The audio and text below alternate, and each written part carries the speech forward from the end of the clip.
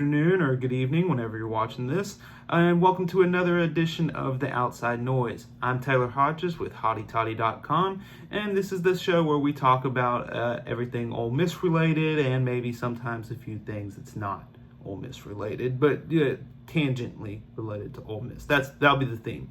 But yeah, it's Wednesday afternoon. It's a little cloudy down here in the Jackson Metroplex area. So yeah, just another Wednesday, and got a few things to talk about, so let's jump into it. Okay, so the first topic today is going to be the Ole Miss men's basketball game tonight against Alabama. Alabama's currently just on the outside of being ranked. If the rankings kept going, they would be number 26.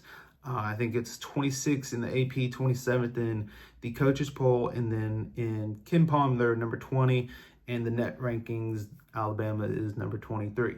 So this is not gonna be the easiest time or game for Ole Miss to like we talked about last time, get over the hump or not. This is going to be a very difficult contest for them to do that. Alabama likes to play fast. They take a lot of shots.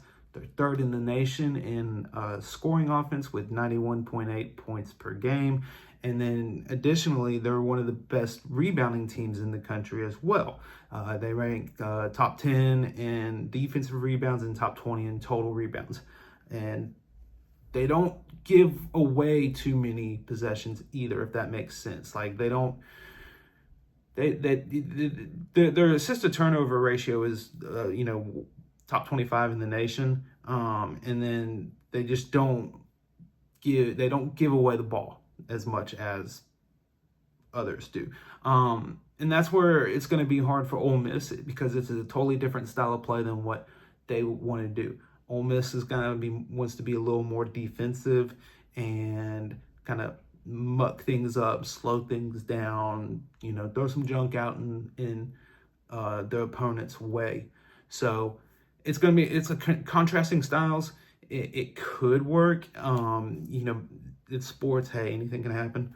I don't necessarily foresee that happening, but hey, I'm okay with being wrong. And yeah, so it's gonna be a difficult thing. The Rebels need their best players to play at their best. So that's Malik Dia, AJ Storr, Elias Carmodine, and then they need some of the other kind of role players, but I don't mean that in a bad way. Just kind of they're not at the top of everybody's mind, and those are players like Eduardo Klafke. Players like having him play like he did last time against, I believe it was Texas. Texas, when they were down by 18 points and came back to take the lead. He was a big reason why. They need him to keep being a big reason why, but they also need, Malik Dia and AJ Storr and some of those guys to also be a reason for why they're successful in a game, which I think would translate to wins in the final score. I don't think so. So as far as injuries and everything, Ole Miss, the initial availability report had all available, and I'm filming this a few hours before the final game day report comes out. So we'll have that updated on the site, HottyToddy.com. And for Alabama, they have 3 players that are listed as out, and then 1 listed as probable, and that is Latrell Whitesell. Generally, the way it works is if they're on probable in the initial one, they're going to just be taken off the final one altogether and, be fully cleared, good to go. So, hey, that is something to note for Ole Miss. They've stayed relatively healthy all season. Frequently, the report doesn't have any players mentioned for Ole Miss. Yeah, so that game is going to be at 6 o'clock tonight. I believe it is on SEC Network. Yep, SEC Network. And if you go to HottyToddy.com, we have a how to watch story posted that gives you links to all of the stats, TV stream link, and the live audio feed on the Ole Miss website. So, yeah. So, all right, let's keep going. All right, so now let's shift gears a little bit and talk about Ole Miss baseball some. They had the preseason media day yesterday, and there's still some stuff I'm kind of sifting through, looking at and reading about, and going through the press conference transcripts, things like that. But we did get some big news out of that, and that came from Mike Bianco, the head coach, when he announced what the starting rotation for the weekend will be, as well as the starting lineup. Now, to the surprise of absolutely nobody, the starting pitcher for the season opening game Friday night against Nevada is going to be Hunter Elliott. He's pretty much a consensus preseason All-American, All-SEC team, everything. And Kendall Rogers with D1Baseball.com actually projected him to be the SEC Pitcher of the Year. So that's not a surprise, and really neither was Cade Townsend, being the number 2 pitcher behind Hunter Elliott. He was a freshman last year, had some really good outings against LSU in the SEC tournament, held them scoreless, and only, I believe it was allowed 2 hits, 2 walks, and 3 strikeouts against the team that would go on to win the College World Series. So that's not too much of a surprise. And the third starting pitcher for the weekend series will be the Missouri transfer Will Libert. So yeah, that kind of figures. And also, that's just for this weekend. Coach Bianco did kind of hint at the possibility of there being some different rotations in future weekend series. That's not surprising, as this is game number 1, 2, and 3 coming up this weekend of about 50, 60 games if you go to Omaha. So yeah, to expect this to be the rotation throughout the entire season is a fantasy type of world dream.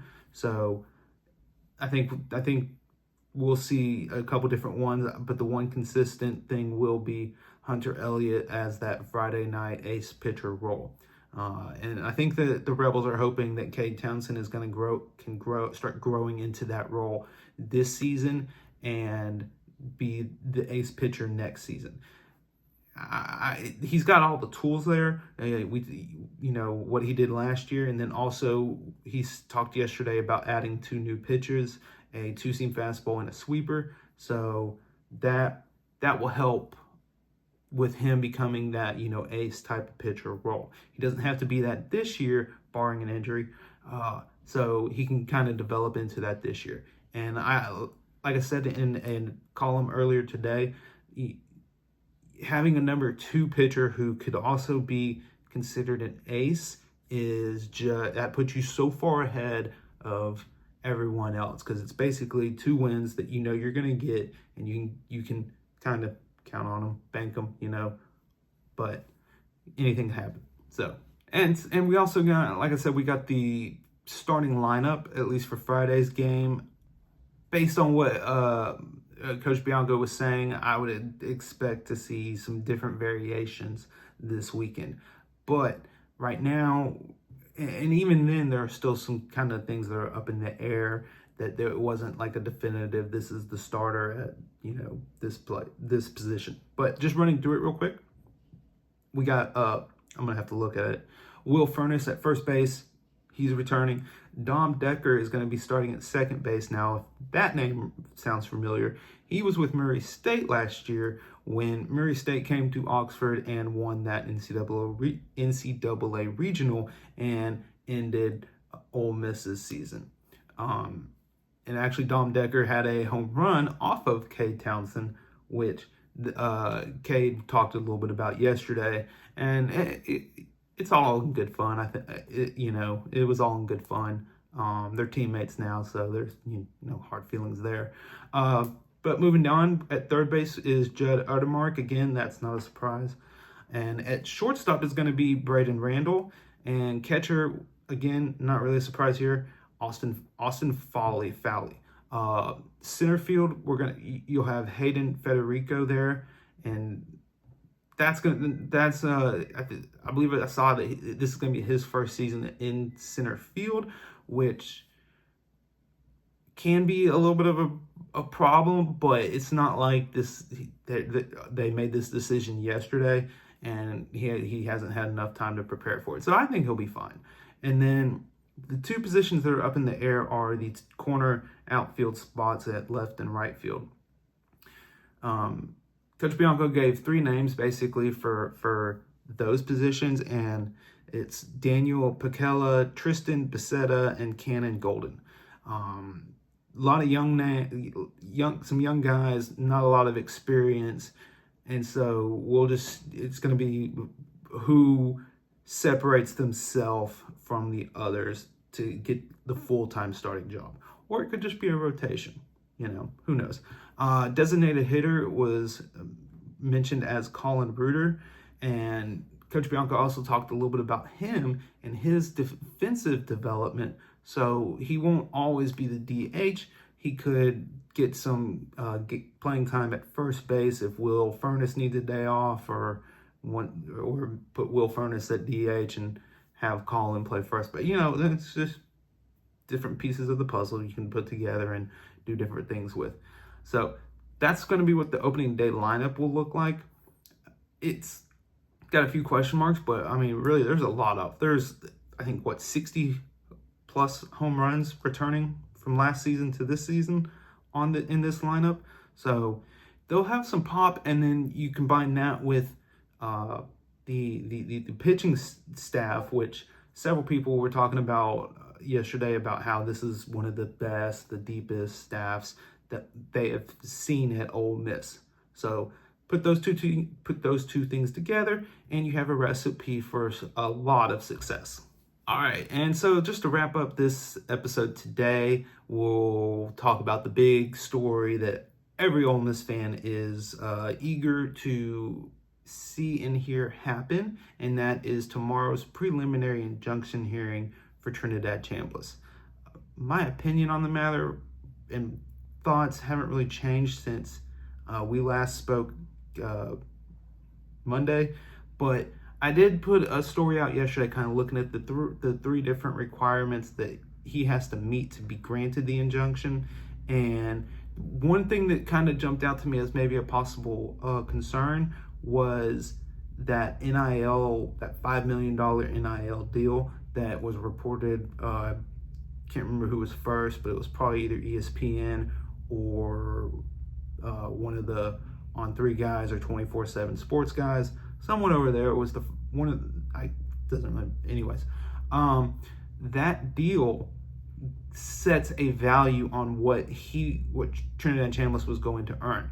So when it comes to the requirement of if the injunction isn't granted, the plaintiff would suffer irreparable harm.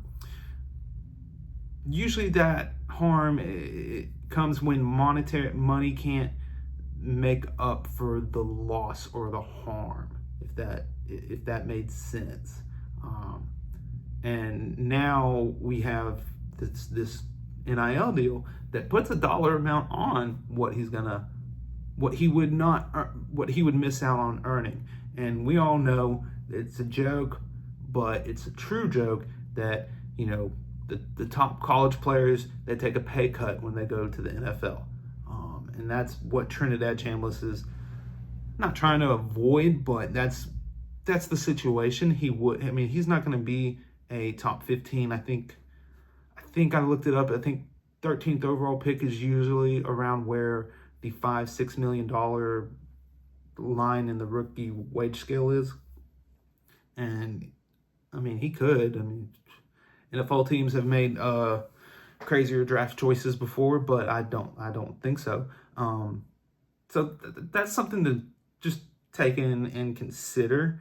The extra argument would be the experience of playing college football and the opportunity to lead Ole Miss to a national championship, maybe even win a Heisman, and a lot of other NIL marketing opportunities that would come with being an SEC starting quarterback. Just something to think about. I still think he's going to get the injunction. it's just all signs point to that being the case.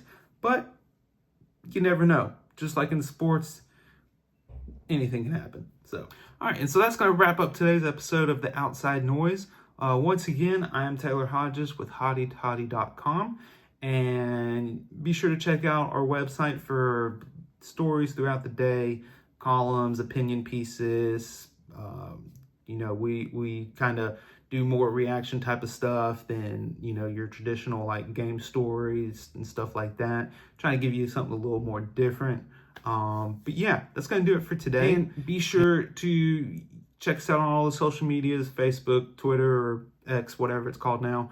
And then, of course, here on YouTube. And hey, if you're so inclined and you may have a question that you would like for me to answer, just drop a comment down in the YouTube video. We'll see it, and I doubt there will be too many. So if you ask a question, it's pretty much gonna get answered. So y'all have a great rest of your day. Stay safe out there.